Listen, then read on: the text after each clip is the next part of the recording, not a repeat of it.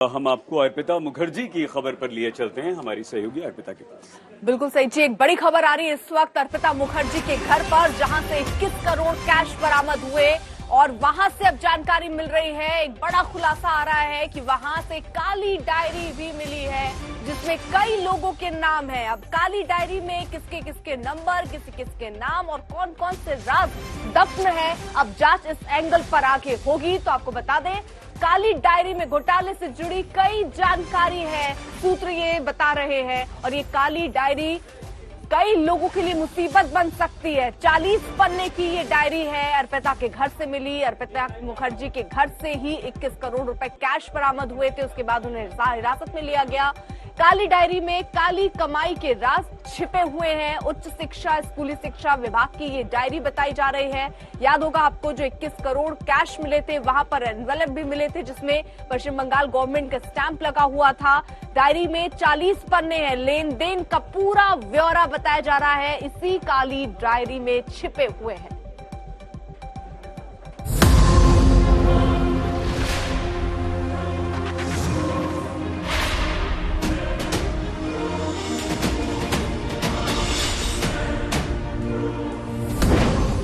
काली diary में शिक्षा घोटाले के हर राज। अर्पिता के घर मिली एक काली डायरी। काली डायरी के 40 पन्नों में घोटाले की पूरी सच्चाई। ईडी के हाथ लगी काली डायरी, अब होगा बड़ा खुलासा। मंत्री की करप्शन कनेक्शन की सबसे अहम किरदार है अर्पिता मुखर्जी, और उसी अर्पिता के घर से मिली है वो काली डायरी। शिक्षा विभाग में जो घोटाला हुआ, उसका पैसा कहां कहां गया, कैसे घोटाले की रकम पहुंचाई गई, कैसे उस पैसे का इस्तेमाल शेल कंपनी में होना था, उस काले धन की पाई के हिसाब की राजदार है मंत्री पार्थ चटर्जी की बेहद करीबी मानी जा रही अभिनेत्री अर्पिता मुखर्जी। माना जा रहा है कि अर्पिता के घर से जो काली डायरी मिली है वो बंगाल सरकार के department of higher education and school education की है। इसमें 40 पन्ने हैं और हर पन्ने पर अहम जानकारियां लिखी हुई हैं।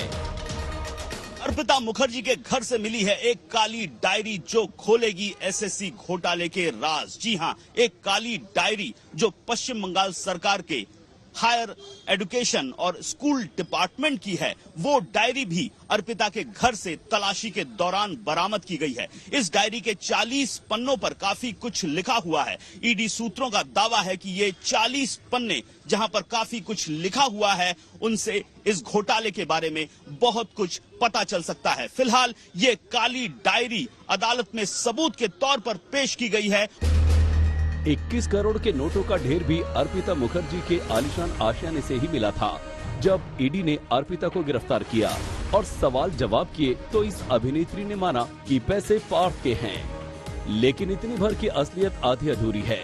इसी वजह से ईडी ने अर्पिता मुखर्जी को रिमांड पर लिया। एक दिन पहले ही खुलासा हुआ कि अर्पिता के नाम 12 शेल कंपनियां हैं और इसकी जानकारी पार्थ चटर्जी को भी थी। उन्हें फर्जी कंपनियों में करोड़ों रुपए का इन्वेस्टमेंट किया जाना था। ईडी की छोटी सी पूछताछ में अब तक अर्पिता ने महज इतनी सी जानकारी दी है, लेकिन कई ऐसे सवाल हैं जिनके जवाब घोटाले की तह तक जाने के लिए बहुत जरूरी हैं। पार्थ चटर्जी और अर्पिता मुखर्जी 10 दिन की ईडी रिमांड में हैं। अब दोनों को 3 अगस्त को कोर्ट में पेश किया जाएगा। तब ईडी तमाम सवालों के जवाब जानना चाहती है। ईडी की तमाम सवालों की लिस्ट तैयार है। जांच एजेंसी जानना चाहती है कि शिक्षा घोटाले में कौन कौन शामिल हैं, घोटाले के जरिए कितनी संपत्ति बनाई गई, अर्पिता की फर्जी कंपनियों में मंत्री की क्या भूमिका है, मंत्री पार्थ चटर्जी से कैसे रिश्ते हैं, इस घोटाले में पार्थ चटर्जी और अर्पिता के अलावा किन किन की भूमिका अहम है। अर्पिता गिरफ्तार हो चुकी है, ईडी अब कस्टडी भी ले चुकी है। सवाल जवाब का सिलसिला शुरू होना है, लेकिन अर्पिता के वकील ईडी के एक्शन पर ही सवाल उठा रहे हैं। My client has been in custody of ED for the last 4 days. I have drawn attention to the court to the fact that yesterday's remand application and today's remand application there is no development in the case diary. Then what is the development? You had custody of my client for the last 24 hours. Please show me what is the new development in the case. ED सूत्रों की माने तो फिल्मों में अलग अलग किरदार निभाने वाली अर्पिता मुखर्जी की भूमिका घोटाले में भी है और काफी अहम है, क्योंकि पार्थ चैटर्जी लगातार अर्पिता मुखर्जी के संपर्क में रहते थे। उम्मीद है जांच एजेंसी पूछताछ में हर सवाल का जवाब तलाशेगी और घोटालेबाज जल्द बेनकाब होंगे।